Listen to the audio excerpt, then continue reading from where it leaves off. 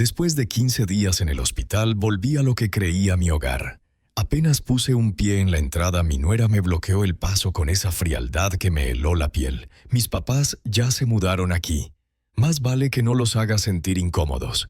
Yo solo esbocé una sonrisa esa que esconde tormentas. Disfruten mientras puedan. No imaginaban lo que guardaba en silencio. El golpe los dejaría sin aliento. Quiero saber hasta dónde ha llegado esta historia. Iba sentada en el taxi con la espalda aún resentida y las manos temblando aferradas a mi viejo bolso de tela. Después de la cirugía de cadera quedé sin fuerzas, apenas un suspiro de lo que era. Esos días interminables en la habitación blanca del hospital solo soñaba con regresar a mi casa. La casa que Héctor, mi esposo, y yo construimos con años de esfuerzo. Pero nadie vino por mí. Ni una llamada, ni una palabra de aliento de Andrés, mi hijo, ni de Verónica, mi nuera. Yo misma firmé mi salida, guardé mis pocas cosas y pedí un taxi. El corazón me pesaba, pero me repetía: «Seguro están ocupados. Me esperan en casa». «¿A qué dirección, señora?», preguntó el chofer con voz apagada. «Número 14, calle Magnolia», respondí intentando sonar serena. La casa blanca con reja verde. Él asintió sin más. Miré por la ventana viendo pasar las calles conocidas de Querétaro. Cada esquina, cada árbol me traían memorias cuando Héctor y yo llevábamos a Andrés a la primaria aquellas tardes bajo el bugambilia del jardín riendo los tres. Ahora Héctor ya no estaba. Solo quedábamos Andrés y su pequeña familia. Esperaba, aunque fuera un poco, que me recibieran con un abrazo. O al menos una sonrisa. El taxi se detuvo. Vi el portón entreabierto sin candado como siempre. Pero en el patio había una camioneta negra desconocida justo donde Andrés solía dejar la bicicleta de Camila, mi nieta. Un mal presentimiento me atravesó, pero lo aparté pensando que quizá era de algún visitante. Pagué al chofer y bajé tambaleándome con mi bolso en mano. La herida aún ardía, cada paso era un esfuerzo. Empujé el portón, crucé el patio y llegué hasta la puerta de madera. Toqué despacio. La puerta se abrió. Andrés apareció alto con el rostro inexpresivo. Sus ojos, los mismos que un día me miraron con ternura de hijo, ahora solo mostraban distancia. Sonreí débilmente ocultando la punzada en mi pecho. «Ya llegué, Andrés», susurré, la voz rasgada por el cansancio. Él no se movió. No hubo sonrisa ni abrazo. «No puede entrar aquí», soltó seco como a una extraña. Me quedé inmóvil como si me hubieran dado una bofetada. «¿Qué dijiste?», pregunté con un hilo de voz rogando haber escuchado mal. Di un paso hacia adentro, pero Andrés bloqueó el camino. Entonces vi a Verónica detrás de él con Camila en brazos. Sus ojos me recorrieron de arriba a abajo como evaluando algo inservible. Luego giró el rostro y gritó con el mentón en alto: «Papá, mamá, salgan del comedor». Apareció Julián Herrera, el padre de Verónica, con una copa de vino en la mano, caminando como si fuera dueño del lugar. Detrás venía Leticia, su madre, brazos cruzados, sonrisa torcida. Yo aún no comprendía nada cuando Verónica habló con esa voz helada. «Desde hoy mis papás viven aquí. Más le vale no incomodarlos. A partir de ahora usted ya no vive en esta casa». Sus palabras me atravesaron como cuchillos. La miré con furia y miré más allá de su hombro al interior. Cerca del garaje había cajas de cartón apiladas. En cada una escrito con marcador negro E.M., las iniciales de mi nombre, Elena Márquez. Mis cosas. Mi vida con Héctor tirada afuera como basura. Apreté con fuerza la manija de la puerta resistiendo las lágrimas. «Esta es mi casa», murmuré sintiendo que algo dentro de mí se rompía, pero también nacía una fuerza nueva. Cerca del garaje había cajas de cartón apiladas. En cada una, con marcador negro, estaban mis iniciales E.M. de Elena Márquez. Mis cosas. Los recuerdos que Héctor y yo habíamos reunido durante toda una vida, ahora tirados como si fueran basura. Apreté con fuerza la manija de la puerta, luchando por no derrumbarme. «Esta es mi casa», dije con la voz entrecortada. «He dejado sudor y lágrimas para construirla. Ustedes no tienen derecho». Leticia se acercó con ese tono burlón que me erizó la piel. «Ya nos encargamos de todo por usted. Sus cosas ya están afuera. Ahora no moleste más». La miré directo a los ojos buscando una chispa de humanidad, pero solo hallé desprecio. Andrés, mi hijo, el niño al que abracé tantas veces, al que tomé de la mano. En los días más duros estaba ahí apartándome de la puerta sin decir una palabra, sin una pizca de duda. Verónica intervino helada. «No insista, usted no puede volver aquí». Camila, mi nieta de apenas 3 años, rompió en llanto en brazos de su madre. Ese llanto me desgarraba el alma. Quise abrir los brazos para abrazarla, decirle que su abuela estaba ahí, que nunca la dejaría sola. Pero Verónica se la llevó adentro y cerró la puerta de golpe. Andrés me miró como si fuera la última vez con los ojos vacíos y luego se dio la vuelta. La pesada puerta de madera se cerró frente a mí. El estruendo resonó como si hubieran clausurado mi mundo. Me quedé paralizada en el umbral mientras la luz del atardecer caía sobre las cajas amontonadas junto al garaje. El golpe de la puerta seguía martillando en mi cabeza, destrozando lo poco que quedaba de mi corazón. Doña Teresa, mi vecina de toda la vida, pasó despacio. Se detuvo un instante. Me miró con lástima, como queriendo decir algo, pero solo negó con la cabeza y siguió caminando. Quise llamarla, preguntarle si sabía algo, pero la garganta se me cerró. No pude pronunciar palabra. Me quedé ahí sola con las cajas que contenían toda mi vida, arrojadas como desperdicio. Arrastré los pies hasta ellas y me dejé caer de rodillas. Con manos temblorosas abrí una.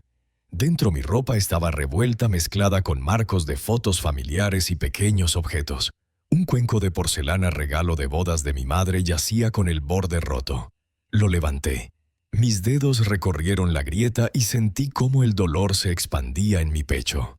No era solo un objeto, eran recuerdos. Eran las noches y días que Héctor y yo compartimos construyendo nuestra vida. Abracé el cuenco contra mi pecho mientras las lágrimas me corrían por el rostro. «¿Por qué, Andrés?», susurré, pero solo el viento me respondió. De pronto la puerta principal se entreabrió. Levanté la vista con un destello de esperanza, pensando que Andrés había recapacitado, que correría a abrazarme, a pedirme perdón, a decirme que todo era un malentendido. Pero no. Solo se quedó parado con la mirada esquiva y lanzó un fajo de papeles al escalón. «Este es el contrato de poder notarial. Lo firmaste tú misma», dijo con voz fría, sin emoción alguna. «Todo es legal, así que ni pienses en armar un escándalo». Con manos temblorosas recogí los papeles. Eran frágiles, pero me pesaban como piedras sobre el pecho. Mi firma estaba ahí clara, la misma que estampé cientos de veces. Pero al mirarlos bien me quedé helada. Recordé que los había firmado en el hospital antes de la cirugía, cuando apenas podía incorporarme. Verónica me los había dado sonriendo con dulzura.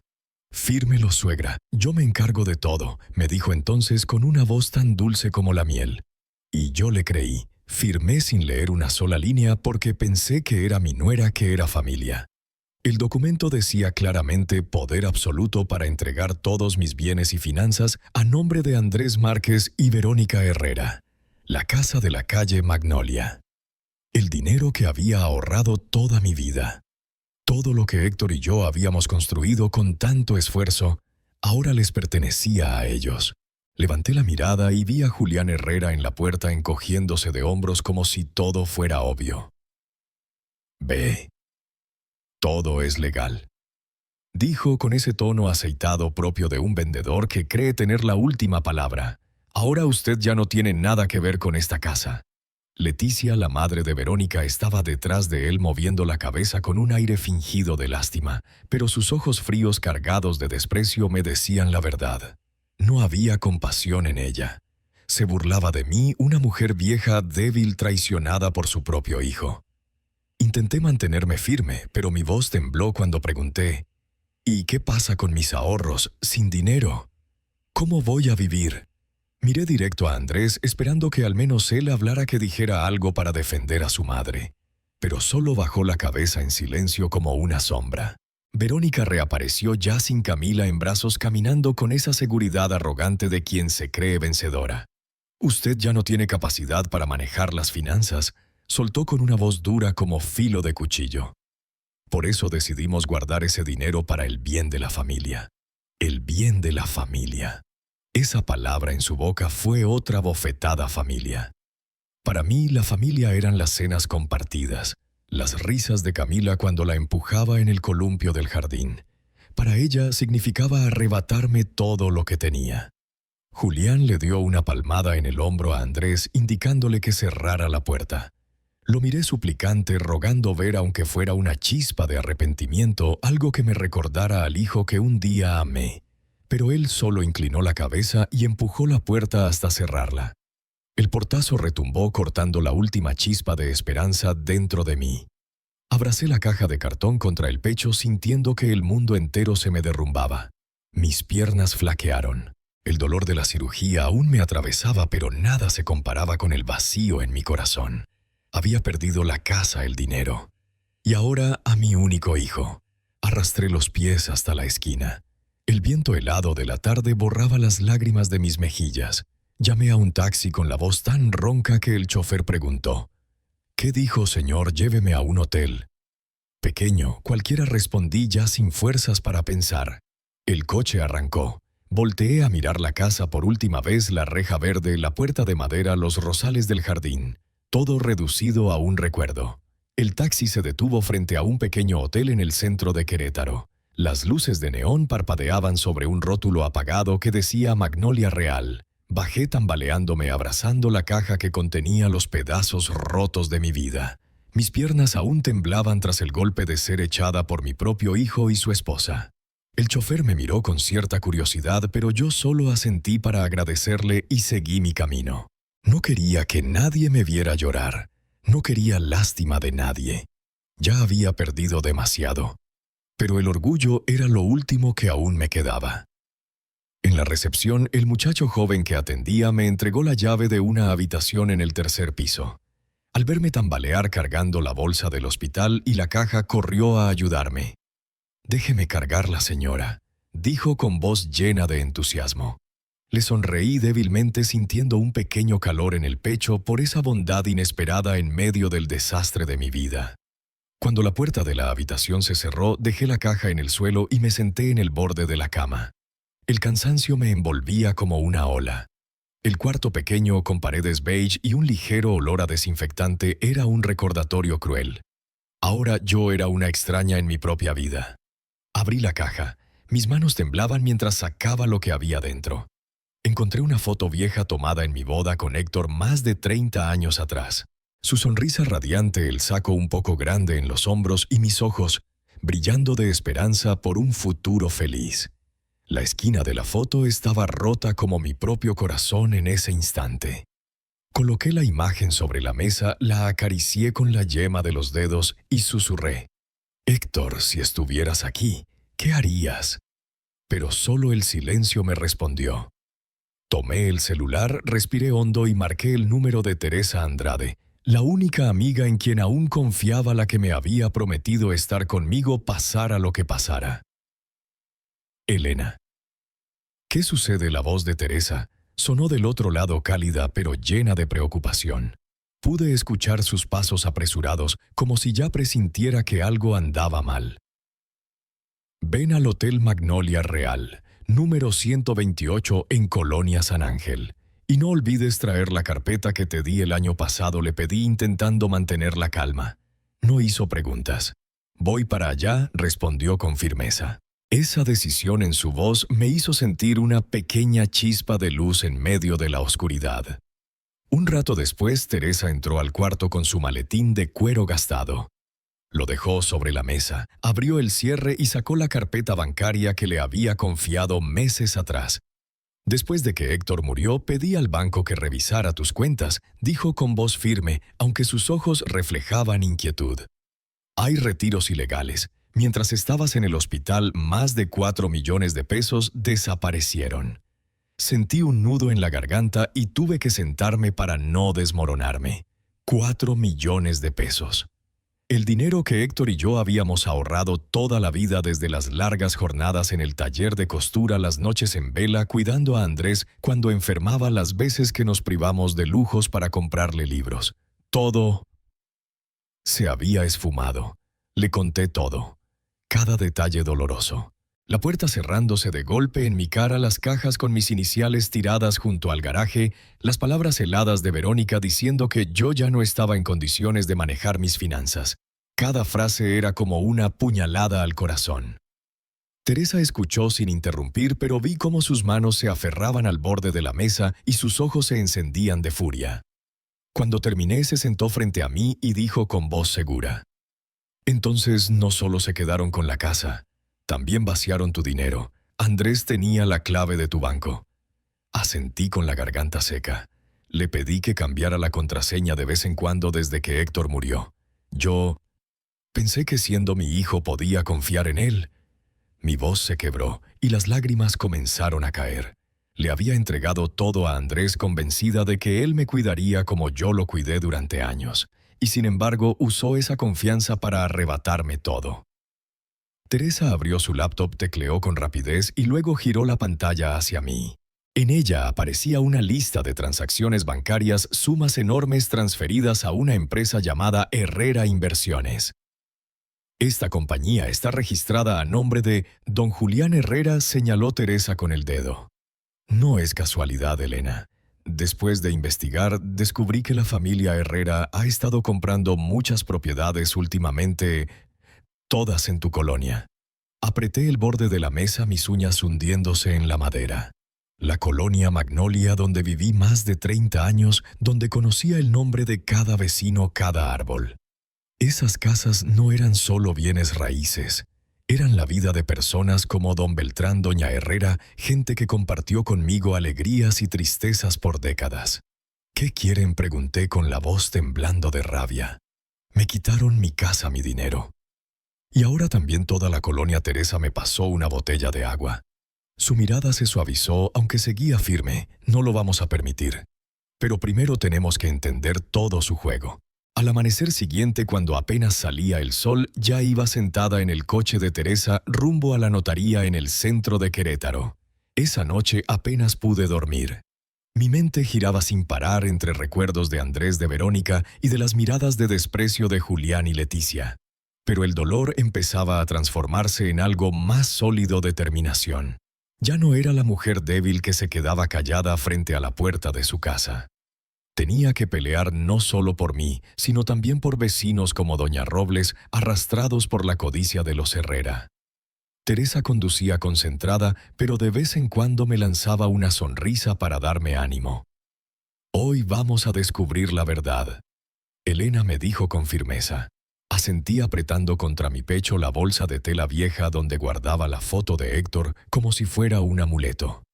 La notaría estaba en un edificio antiguo con paredes amarillas desteñidas y ese olor a papel viejo y tinta que parecía haber quedado atrapado en el tiempo. Teresa mostró su credencial de abogada, intercambió unas palabras con un empleado que la conocía y nos hicieron pasar a un cuarto pequeño donde un legajo grueso nos esperaba sobre la mesa. El empleado, un hombre de mediana edad con lentes redondos, empujó el expediente hacia nosotras. «Estos son todos los movimientos de bienes raíces en la colonia Magnolia durante el último año», dijo con tono monótono.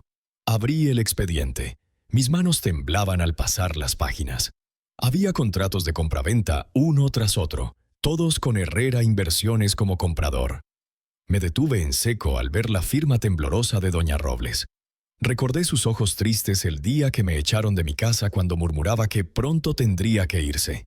«La engañaron», dije con la voz rota. Doña Robles jamás vendería su casa si supiera la verdad. Teresa golpeó suavemente la mesa con los dedos. Su mirada se afiló. «Anoche investigué en Internet. Parece que están acaparando terrenos porque esperan que el gobierno apruebe un nuevo plan de urbanización. Si lo autorizan, el valor del terreno se multiplicará por 10. Sus palabras atravesaron la niebla de mi mente como un rayo. No era solo mi casa, era un complot mucho más grande, dirigido contra toda la colonia Magnolia. Cerré el puño sintiendo las uñas clavarse en mi palma. «Entonces tenemos que detenerlos», respondí con más firmeza de la que esperaba, «antes de que lo legalicen todo». En el camino de regreso de la oficina sonó el teléfono de Teresa. Contestó con voz seria. «Jorge, ¿hay algo nuevo?». Al otro lado estaba Jorge Altamirano, funcionario de nivel medio en la SEDUBI de Ciudad de México, quien había estudiado Derecho en la misma generación que Teresa.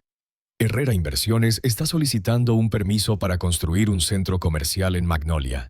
El expediente está pendiente de aprobación. Si lo autorizan, tendrán el control total del terreno, dijo con voz baja pero apurada. Teresa frunció el ceño y me miró de reojo. Gracias, Jorge.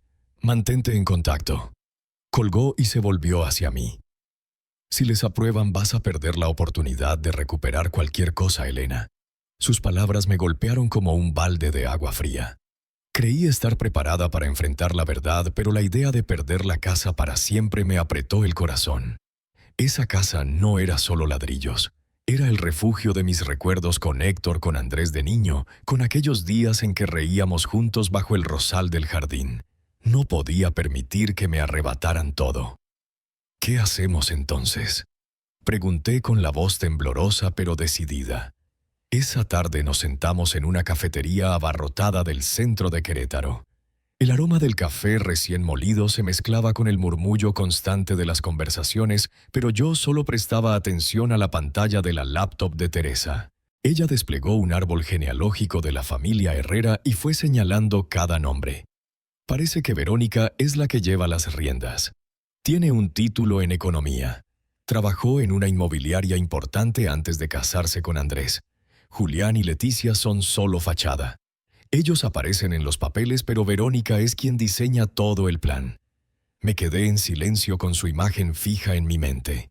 Recordé el momento en que se plantó en la puerta de mi casa con Camila en brazos, echándome sin un ápice de duda, sin un asomo de remordimiento.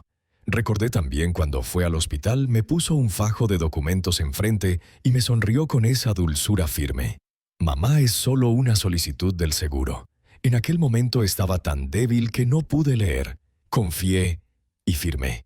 Ahora entendía todo. Era una trampa planeada desde mucho antes. Ella me engañó, dije con un nudo en la garganta. La traté como a una hija. Teresa puso una mano en mi hombro. Su mirada era suave pero firme. Si estás de acuerdo, puedo contactar al agente Morales de la Policía Federal Ministerial. Lo conozco de un caso anterior. Es confiable. Y sospecho que su plan va más allá de adueñarse de tu casa. Pero tienes que estar lista, Elena. Ser la testigo principal no es sencillo. La miré directo a los ojos, sintiendo una llama encenderse en mi pecho. Quiero recuperarlo todo, respondí sin vacilar. La casa, los bienes. Y también justicia para mis vecinos. No voy a dejar que sigan lastimando a nadie más. Teresa sonrió con orgullo. Entonces empecemos de una vez. Esa noche regresé a la habitación del hotel que ya comenzaba a resultarme extrañamente familiar. Me senté a la mesa, abrí un cuaderno viejo y empecé a escribir cada detalle que recordaba de Andrés, Verónica, Julián y Leticia. Anoté cada vez que hablaban de dinero, cada mirada sospechosa de Verónica cuando preguntaba por mis cuentas, cada visita de Julián y Leticia con su aire de superioridad. Recordé una noche meses atrás cuando Verónica estaba sentada en el comedor revisando su teléfono y murmurando con Andrés sobre una gran oportunidad. En aquel entonces pensé que era un negocio cualquiera. Hoy entendía que ahí empezó la trampa. Cuando terminé, cerré el cuaderno y saqué la foto de Héctor de mi bolso. Encendí una pequeña vela y la coloqué junto a su retrato. La luz temblorosa iluminó su rostro bondadoso, como si me mirara dándome fuerzas. «Si me ves, por favor, dame fuerzas», susurré mientras las lágrimas me corrían por las mejillas. Recordé las palabras que él solía repetirme. «Elena, eres más fuerte de lo que crees. Nunca dejes que nadie te derrumbe». Apreté el puño, respiré hondo. No me iba a derrumbar. No ahora, ni nunca. La noche siguiente, cuando la tenue luz de la luna entraba por la ventana del hotel y caía sobre la mesa, mis manos temblaban al sostener la pulsera que Teresa acababa de darme. Parecía una joya cualquiera, pero dentro llevaba un diminuto micrófono oculto con tanta precisión que tuve que mirarlo 2 veces para encontrarlo. Teresa estaba frente a mí con la mirada seria pero llena de confianza. «Elena, este plan es peligroso. Vas a entrar a la casa para ver si los Herrera dejan escapar algún descuido, pero no dejes que sospechen». Si ves que hay riesgo, aprieta este botón, señaló un pequeño punto en la pulsera. La señal llegará directo a mí y al agente Morales. Asentí tragando con esfuerzo el nudo de miedo en mi garganta. La idea de volver a esa casa, el lugar que alguna vez llamé hogar ahora tomado por estafadores, hacía que mi corazón latiera con fuerza, pero no había otra salida. Tenía que encontrar pruebas. Tenía que desenmascarar su plan no solo por mí, sino también por vecinos como Doña Robles, a quienes estaban llevando a la desesperación. Me puse un abrigo amplio. Escondí la pulsera bajo la manga y miré a Teresa. «Estoy lista», dije, aunque por dentro dudaba de tener el valor suficiente. Casi a medianoche alquilé un auto viejo con un chofer conocido de la esquina. Le pedí que me dejara al final de la calle Magnolia, donde la luz tenue de los postes apenas iluminaba mi antigua casa. Apareció entre la oscuridad con la sala encendida y la camioneta negra de Julián estacionada frente a la reja como una provocación. Respiré hondo y bajé del coche sintiendo que me adentraba en una batalla que no sabía si podía ganar. Siguiendo las indicaciones del agente Morales, avancé por el callejón que daba al patio trasero, el mismo por donde Andrés solía colarse de adolescente cuando olvidaba las llaves. En aquel entonces lo regañaba por descuidado. Ahora ese mismo camino era mi única entrada hacia la justicia. La puerta trasera de la cocina estaba entornada lo suficiente para que pudiera escuchar voces en el interior. Me pegué a la pared, el corazón golpeándome en el pecho, conteniendo la respiración. Dentro, Julián estaba sentado en la mesa del comedor con un fajo grueso de documentos frente a él. Hablaba con un tono calculador, cada palabra impregnada de frialdad. El nombre de Elena nos dará acceso a un crédito de 5 millones de pesos con una firma falsa. El banco no sospechará. Leticia, sentada a su lado, levantó su copa de vino y asintió con una sonrisa burlona. «Ella ya no sirve para nada», dijo con desprecio. «Con unas cuantas firmas más tendremos todo». Sentí la sangre hervir, pero me obligué a mantener la calma. Deslicé la mano hasta la pulsera y presioné el botón de grabación. Un leve clic sonó y recé para que alcanzara a registrar cada palabra. Lo que decían me atravesaba como cuchillos, pero también eran las pruebas que necesitaba. Permanecí inmóvil, conteniendo el aliento, escuchando cada frase. De pronto sonó el celular de Julián. Activó el altavoz y la voz de Verónica llenó la habitación fría, pero con un dejo de nerviosismo. «Papá Andrés sigue dudando. Le dije que no hay vuelta atrás, pero repite que no quiere hacerle daño a mamá. Yo me encargo». Julián gruñó. Su mano golpeó la mesa con fuerza. «No tiene derecho a elegir. Esmeralda obliga a hacerlo. Si traiciona, la tiraremos como hemos hecho con los demás». Sus palabras me helaron la sangre. ¿Quiénes eran los demás? ¿Cuántas vidas más habían destrozado? Pensé en Doña Robles. Pensé en mí y en Andrés, mi hijo. ¿Lo estaban forzando o había elegido traicionarme? Quise creer que en el fondo aún le quedaba algo de conciencia. Pero el dolor que me consumía no me dejaba tener muchas esperanzas. El corazón me golpeaba con fuerza mientras intentaba grabar cada palabra. Cuando giré para retirarme, mi pie tropezó con una maceta pequeña en el patio trasero.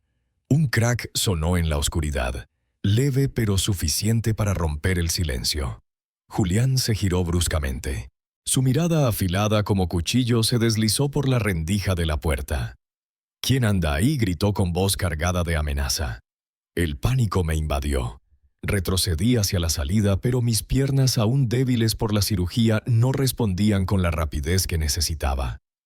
Antes de que pudiera huir, Julián salió disparado y su mano enorme atrapó mi muñeca. Apretó con tanta fuerza que tuve que morderme los labios para no gritar. «Te atreviste a volver, Elena». Sus ojos ardían de ira. El olor a alcohol de su aliento me golpeó, haciéndome retroceder, pero no me soltaba. Me arrastraba hacia la sala, su mano aplastando mis huesos. «¿Quieres morir?». Elena rugió, su voz grave y cortante como una navaja. Leticia estaba detrás, el rostro pálido, la copa temblando en su mano. Pero no intervino. Solo me observaba como quien mira a un animal atrapado. Apreté los dientes intentando girar la muñeca para presionar el botón de señal en el brazalete que Teresa me había dado. Mis dedos rozaron el punto, lo presioné, aunque no sabía si había funcionado. Solo pude rezar para que Teresa y el agente Morales recibieran la señal antes de que todo se volviera peor. Julián alzó la mano dispuesto a golpearme. Cerré los ojos preparada para el impacto. Pero justo entonces el sonido de una sirena policial rasgó la noche. Aguda, cortante, las luces azules y rojas parpadearon a través de la ventana iluminando el rostro aterrado de Leticia. La copa se le resbaló estrellándose contra la alfombra. El vino rojo se derramó como sangre. Julián me soltó. Retrocedió un paso, los ojos buscando con desesperación una salida. La puerta principal se abrió de golpe. El agente Morales irrumpió seguido de 2 policías de la PFM, armas en mano. Ni un movimiento. Las manos en alto. Su voz fría llenó la habitación. Yo me quedé ahí con el corazón retumbando y las piernas temblorosas. Pero ya no de miedo, sino de alivio. Habían llegado. La señal había funcionado. Julián retrocedió un paso, levantó las manos aunque sus ojos seguían fríos calculando alguna salida. Leticia chilló con voz aguda. ¿Qué hacen aquí? Esta es nuestra casa. Pero Morales no le prestó atención. Hizo una seña a un oficial para que se acercara y esposara a Julián. El chasquido metálico de las esposas cerrándose sobre sus muñecas resonó en la sala, y sentí como si un peso enorme se desprendiera de mi pecho. Señalé el fajo de documentos sobre la mesa del comedor. Mi voz temblaba, pero salió firme. Las pruebas están ahí. También tengo grabaciones. Un oficial recogió los documentos con cuidado y los guardó en una bolsa de seguridad. Observé esas hojas recordando las firmas falsificadas, las conspiraciones planeadas en la misma casa que yo había levantado con sudor y lágrimas. Cada papel era una puñalada. Pero ahora serían el arma con la que recuperaría la justicia en medio del caos. Una silueta apareció en lo alto de la escalera. Andrés, mi hijo, estaba allí con la pijama arrugada, el rostro pálido, como si aún no entendiera lo que pasaba. Me miró de pie en la sala y luego a sus suegros esposados arrastrados hacia afuera. Sus ojos se abrieron confundidos como los de un niño atrapado haciendo algo prohibido. Yo lo miré fijo sin pronunciar palabra. El corazón me dolía desgarrado en pedazos. Quise gritar, preguntarle por qué me traicionó, por qué permitió que me expulsaran de mi propia casa. Pero me contuve. Permanecí allí con la misma frialdad con la que él me miró el día en que me echó. Morales dio la orden, llévenlos al carro.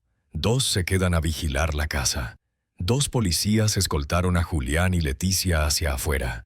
Sus pasos se mezclaron con el eco de las sirenas. Leticia aún forcejeaba gritando, «Ustedes no tienen derecho, no hicimos nada malo». Pero Julián guardaba silencio, la mirada baja como quien sabe que su juego ha terminado.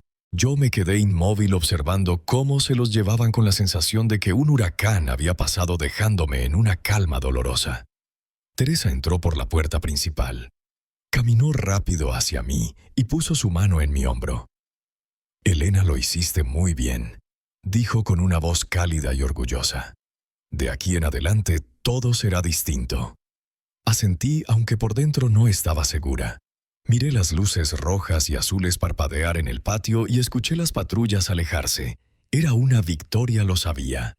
Pero ¿por qué me sentía tan pesada por dentro? Había recuperado la casa. Al menos por ahora. Y Andrés, mi hijo, el que había sido todo para mí, estaba a solo unos pasos y al mismo tiempo tan lejos como un océano. Volví a mirarlo. Seguía en la escalera aferrado al barandal, la mirada perdida entre mí y el suelo. «Mamá», murmuró con la voz ronca, pero no dijo nada más.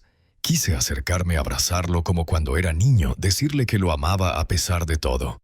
Pero no pude. El dolor de la traición era demasiado grande como una herida abierta. Solo negué con la cabeza y me di la vuelta dejándolo allí atrapado en su propio silencio. Morales regresó mirándome con seriedad, aunque con un dejo de compasión. «Señora Márquez, necesitaremos que sea la testigo principal. Lo que grabó y este expediente serán pruebas clave. Pero le advierto, este caso puede ser más complicado de lo que pensamos». Asentí con voz firme. «Estoy lista. Quiero que paguen no solo por mí, sino por todas las personas a las que dañaron». Al salir de la casa, volteé una última vez hacia la sala donde solía contarle historias a Andrés, donde Héctor reía a carcajadas jugando cartas con sus amigos. Ahora era solo un espacio frío y vacío. Crucé la puerta. La luz de la calle iluminó mi rostro, mezclándose con las lágrimas que no pude contener. Teresa me tomó de la mano y me condujo hasta su coche. Fue muy valiente, Elena. Héctor estaría orgulloso de usted. No respondí. Solo miré por la ventana mientras la calle Magnolia desaparecía en la oscuridad. Sabía que esto apenas comenzaba. La red de los Herrera había sido parcialmente desmantelada, pero aún quedaban Andrés, Verónica y secretos escondidos. A la mañana siguiente, la luz tenue entraba por la ventana del auto de Teresa, iluminando mi rostro sin borrar el frío en mi interior. Permanecí en silencio abrazando la vieja bolsa de tela donde guardaba la foto de Héctor, lo único que me quedaba de aquellos días felices. Teresa conducía y de vez en cuando me miraba de reojo con preocupación, pero también con decisión. «Hoy no será fácil», Elena dijo con voz grave. «Pero ya llegó hasta aquí. Vamos a terminar con esto». Asentí sin hablar. En mi interior sabía que no podía retroceder. No después de todo lo vivido. Llegamos a la sede de la PFM en Puebla, un edificio gris con pasillos largos, donde el eco de los pasos resonaba en cada rincón. El agente Morales nos esperaba en una sala pequeña con un mapa del barrio Magnolia extendido sobre la mesa. Señaló las marcas rojas que identificaban cada propiedad transferida a la empresa Herrera Inversiones. «No solo la engañaron a usted, señora Márquez», dijo Morales con voz seria cargada de indignación. «Esto es una red de fraude organizada. Han apuntado a decenas de personas del barrio aprovechándose de la confianza y la falta de información para robar casas y terrenos. Necesitamos detenerlos a todos. Mire el mapa». Las marcas rojas parecían heridas abiertas sobre el vecindario que alguna vez amé. Cada punto era una historia. Una familia llevada a la desesperación. Pensé en doña Robles en su mirada triste al decirme que debía irse. Pensé en don Beltrán, el vecino que me traía pan dulce en cada fiesta. Todos ellos eran víctimas como yo. «Voy a ayudar», dije con firmeza. Morales deslizó hacia mí un documento de compromiso de cooperación. Firmé mi nombre. Cada trazo era una promesa, no permitiría que siguieran lastimando a nadie más. Por la tarde, un convoy de la PFM avanzó en silencio hacia el barrio Magnolia. Iba en el coche de Morales con el corazón latiendo con fuerza al ver mi casa a lo lejos. El portón de hierro verde seguía ahí, pero ya no era la entrada a un hogar, era el campo de batalla que debía enfrentar. Morales me miró con tono grave. «Usted irá con nosotros para identificar la propiedad y a las personas dentro. Si en algún momento no se siente bien, solo dígalo». Asentí intentando mantener la calma, aunque por dentro sabía que estaba a punto de enfrentar lo más doloroso: ver a Andrés y Verónica siendo arrestados. Cuando el coche se detuvo, vi a Andrés en el porche mordiéndose las uñas con un gesto nervioso. Su rostro estaba demacrado, los ojos hundidos como si no hubiera dormido en días. Al mirarlo, el corazón se me encogió. Era el hijo que crié, al que amé más que a mí misma. Pero también el que se quedó en silencio cuando me expulsaron, el que no dijo nada cuando Verónica declaró que yo ya no pertenecía allí. Quise correr hacia él, preguntarle por qué, pero me contuve. Me obligué a mantenerme erguida sin dejar que la emoción me venciera. La puerta principal se abrió de golpe. Verónica salió con Camila en brazos, luciendo la misma seguridad de siempre. Pero al verme sentada en el coche junto a la policía, esa seguridad se desmoronó. Sus ojos se abrieron con sorpresa y luego se encendieron con furia. «¿Qué demonios hace aquí?», Elena gritó con una voz aguda que retumbó en el patio. «¿Cómo se atreve a traicionar a la familia?». Esa palabra en su boca me arrancó una risa amarga. Familia. La familia no expulsa a una suegra de su casa, no le arrebata todo lo que tiene. Bajé del coche, enderecé la espalda y la miré directo a los ojos. La familia para mí dejó de existir en el momento en que me cerraste la puerta en la cara aquel día. Mi voz salió calmada pero cortante y vi cómo retrocedía abrazando con más fuerza a Camila. Morales hizo una señal y 2 agentes se abalanzaron para sujetar a Verónica.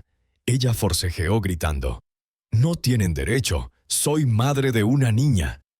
El chasquido metálico de las esposas la interrumpió.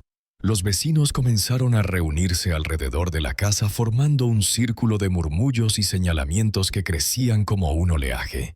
Camila, mi pequeña, lloraba desconsolada al ser apartada de su madre.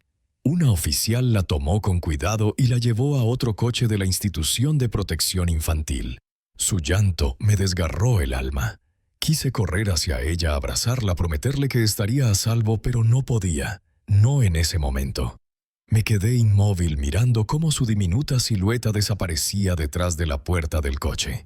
Andrés seguía ahí en el escalón del porche como una estatua de piedra. Su mirada perdida oscilaba entre mí y los policías, hasta que uno de ellos se acercó y le colocó las esposas. Vi cómo sus hombros temblaban como si quisiera decir algo y no pudiera. Sentí el corazón desgarrarse. Ese era el hijo que yo había dado a luz, al que abracé y por quien sacrifiqué mi vida entera. Y ahora estaba allí esposado como un criminal. No podía hacer nada para cambiarlo. Me giré sin querer que viera mis lágrimas, sin que supiera que a pesar de todo, aún lo amaba. La multitud de vecinos seguía creciendo. Doña Robles se acercó a mí con las manos temblorosas. Tomó las mías.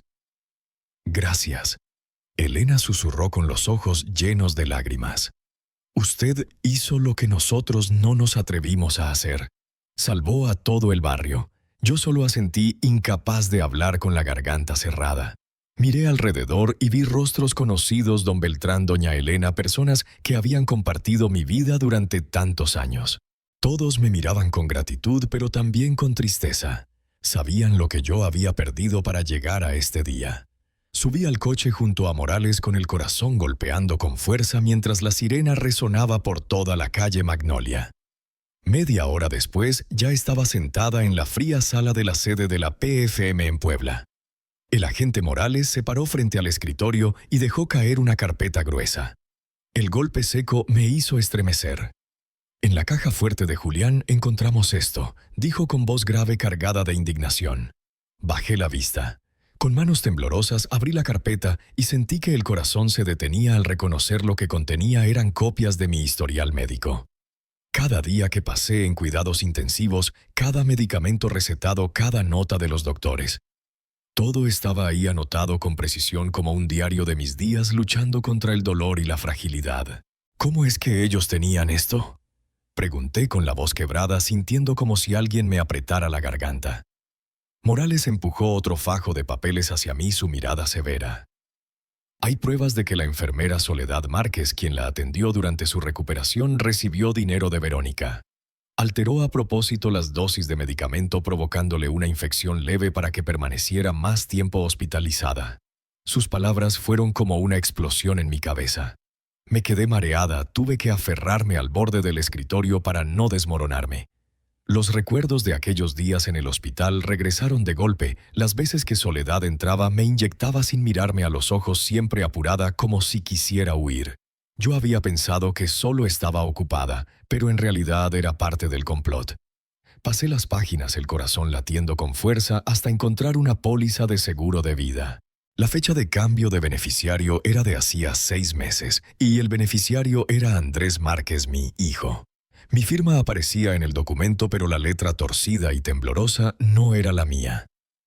«Esa no es mi firma», susurré con la voz ahogada. Miré a Morales esperando que me dijera que había algún error, pero él solo asintió con compasión en los ojos. «Sospechamos que esta firma fue falsificada», dijo. «Y esto ya no es solo un asunto de patrimonio». Teresa, sentada a mi lado, golpeó la mesa con fuerza, haciendo vibrar los papeles. «Esto ya no es despojo de bienes», dijo con rabia. «Esto es un plan de asesinato para cobrar un seguro». Sus palabras fueron como un cuchillo atravesándome el pecho. Cerré los ojos intentando respirar, pero la imagen de Andrés volvió a mi mente, su mirada perdida cuando lo esposaron el día anterior, su rostro demacrado, cargando un peso que parecía insoportable. ¿Será que él sabía de este plan? ¿Será posible que mi propio hijo, al que amé con toda mi vida, estuviera implicado en algo tan atroz? Morales asintió. Su voz grave pero firme. «Abriremos un nuevo expediente penal. Andrés también será investigado».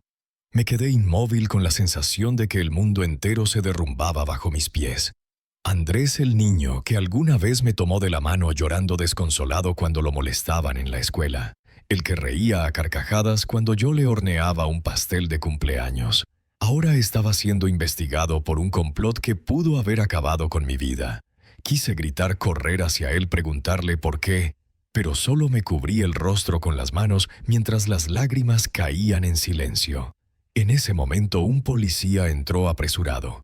Su voz cargada de urgencia: acabamos de detener a Soledad Márquez en el hospital. Está siendo interrogada. Morales asintió y me miró. Señora Márquez, lo que usted nos entregó la grabación. El expediente nos ha acercado más a la verdad. Pero necesito que esté preparada. Este espiral de crímenes es más profundo de lo que imaginamos.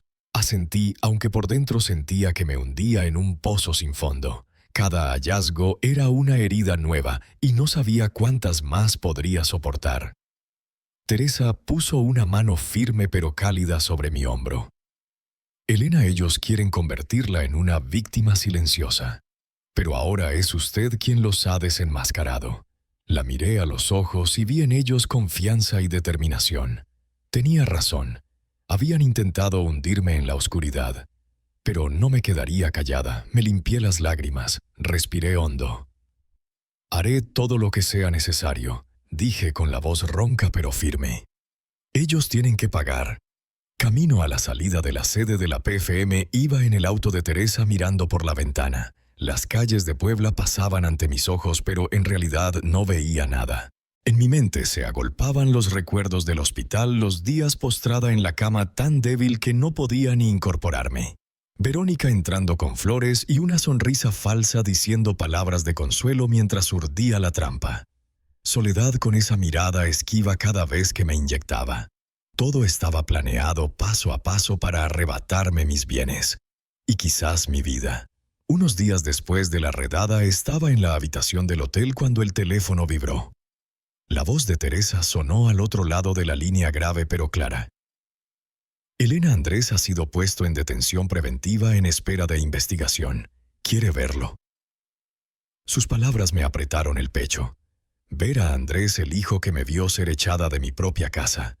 El mismo cuyo nombre aparecía en un seguro de vida falsificado. El que ya no sabía si aún podía confiar en él. Guardé silencio apretando el teléfono con fuerza y susurré: iré. Esa mañana me encontré frente al centro de detención en Puebla, un edificio gris con muros altos y cercado con alambre de púas. El viento helado me hizo estremecer, pero no era el clima. Era el miedo a enfrentarme a Andrés. Mirarlo a los ojos y buscar la respuesta a la pregunta que me atormentaba. ¿Por qué hiciste esto, hijo? Pero sabía que no podía huir. Necesitaba escucharlo. Necesitaba saber la verdad por dolorosa que fuera. La puerta metálica se abrió con un chirrido seco que resonó en el pasillo silencioso. Andrés estaba sentado a la mesa con la cabeza gacha y las manos esposadas sobre las piernas. El uniforme gris de reo lo hacía parecer más pequeño, frágil, muy distinto del hombre alto y arrogante que me cerró la puerta en la cara aquel día. Me senté frente a él, separada solo por una mesa de madera desgastada. La habitación permanecía en silencio, rota solo por el zumbido constante del ventilador de techo, como si contara los segundos. Lo miré esperando. Por dentro era un torbellino rabia-dolor. Y una diminuta chispa de esperanza de que en algún rincón aún quedara algo del hijo que había amado tanto. Andrés levantó la mirada, sus ojos enrojecidos, su voz ronca: «Mamá, me equivoqué. Perdóname. De verdad lo siento mucho». Sus palabras fueron como un puñal en mi corazón. Quise gritar, preguntar cómo pudo hacerme todo esto, pero me quedé en silencio esperando a que continuara. Bajó la cabeza, las manos temblorosas dentro de los grilletes. «Estoy endeudado, mamá», dijo con la voz entrecortada. «Fracasé en una inversión inmobiliaria. Perdí todo el dinero y entonces Julián se enteró. Ellos prometieron ayudarme a salir de las deudas, con la condición de que me pusiera de su lado». Lo escuchaba sintiendo que cada palabra era una pieza del rompecabezas que tantas noches intenté armar sin éxito. Andrés relató con la voz quebrándose cómo Verónica y Julián lo manipularon aprovechándose de su desesperación para arrastrarlo a su plan. Me dijeron que solo necesitabas firmar el poder y todo estaría bien. Nunca pensé que fueran a hacerte daño. Solo quería salvar a mi familia. Me quedé callada, pero por dentro hervía entre la rabia y el dolor. Familia. La familia de la que hablaba era Verónica y Camila. ¿O era yo la madre que había dado todo por él? Quise preguntarlo, pero Andrés siguió con la voz rota. Yo nunca quise que murieras. No sabía nada de la enfermera ni del seguro de vida. Me dijeron que lo dejara en sus manos. Si hubiera sabido que planeaban hacerte daño, jamás habría aceptado. Se desplomó sobre la mesa, las lágrimas empapando la madera. Sus palabras me desgarraban el alma. Quería creer. Quería pensar que Andrés no lo había hecho con intención, que él también había sido víctima de los Herrera. Pero la herida de la traición seguía abierta, sangrante. Recordé su mirada fría el día que me cerró la puerta. Recordé su silencio cuando Verónica me echó. ¿Podrían estas disculpas borrar todo lo que había perdido? Un golpeteo suave en el vidrio interrumpió mis pensamientos. El agente Morales apareció señalando que solo quedaban 5 minutos. Miré a Andrés. Él levantó la cabeza, los ojos rojos de arrepentimiento. Abrí mi bolso y saqué un sobre viejo sellado con cuidado que había guardado desde la muerte de Héctor. Léelo, dije, empujando el sobre hacia él. Tu padre lo escribió antes de morir. Él siempre creyó que harías lo correcto. Andrés, con manos temblorosas, abrió el sobre y sacó una hoja amarillenta. Yo conocía cada línea porque la había leído cientos de veces. Héctor había escrito: Andrés, hijo querido, sé que tienes un buen corazón, aunque a veces te equivoques en el camino.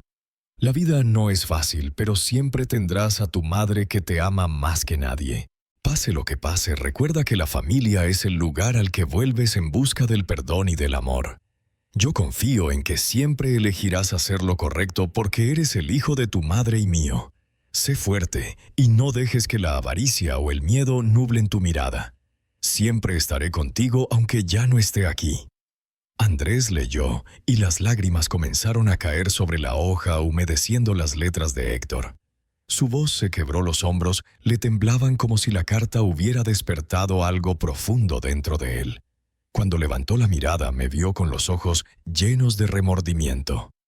Voy a confesar todo, dijo con la voz hecha pedazos. Aceptar ir a prisión para pagar mis errores, con tal de que algún día puedas perdonarme. Las palabras de Andrés fueron como una última puñalada, pero no para herirme, sino para abrir la herida que necesitaba sanar.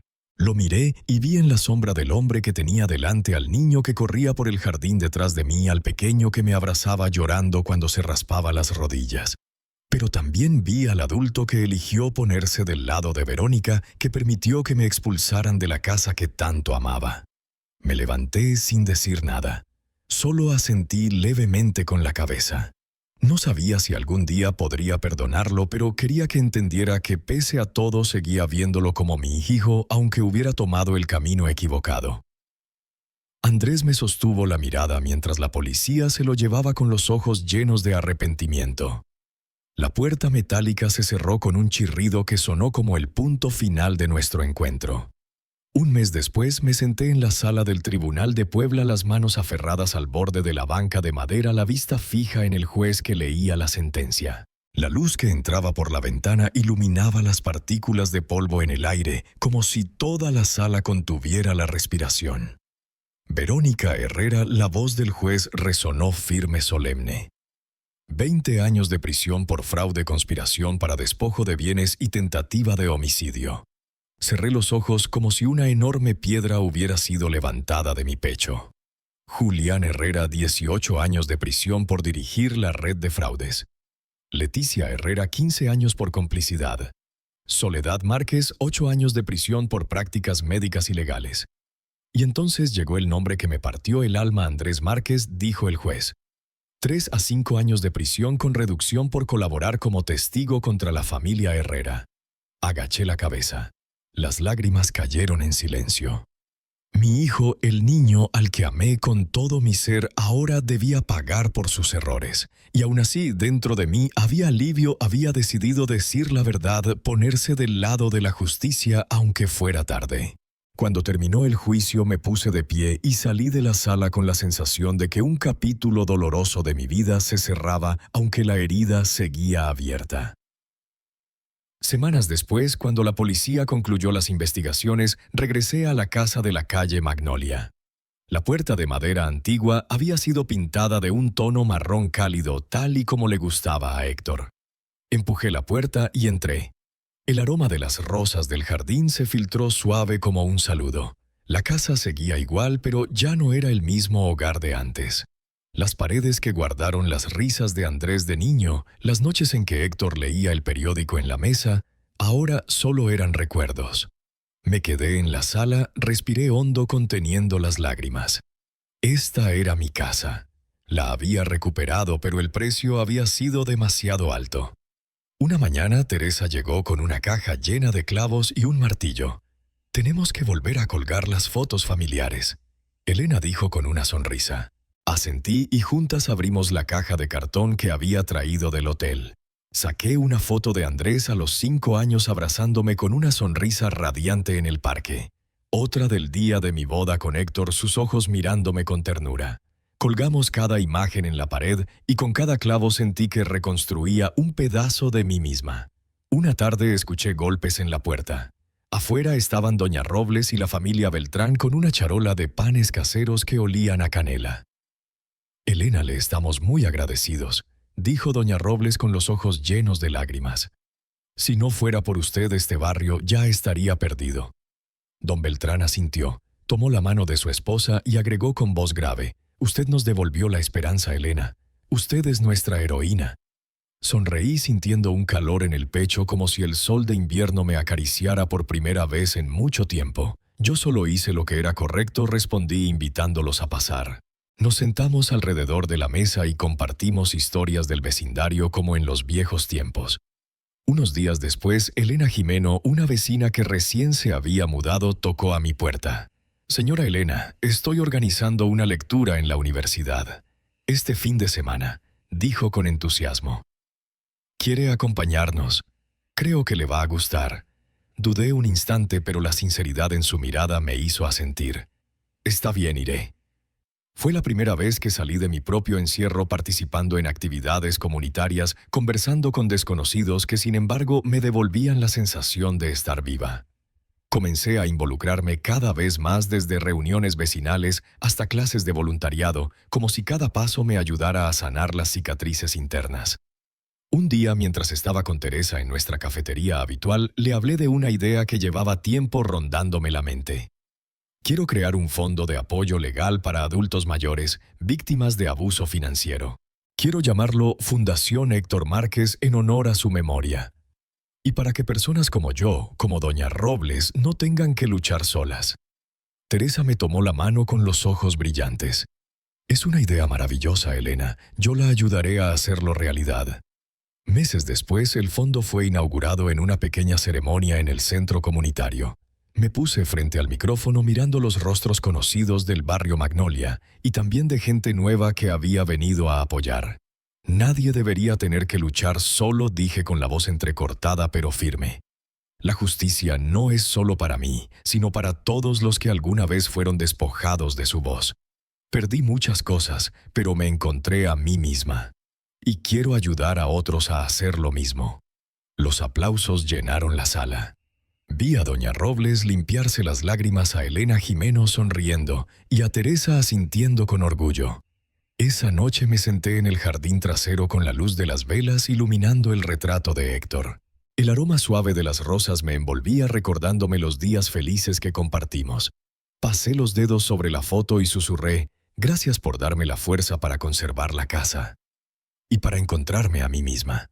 Las lágrimas corrieron por mi rostro, pero esta vez no eran solo de dolor, eran de liberación, de esperanza, de la certeza de haber hecho lo correcto, de saber que sobreviví a la tormenta y que ahora era más fuerte.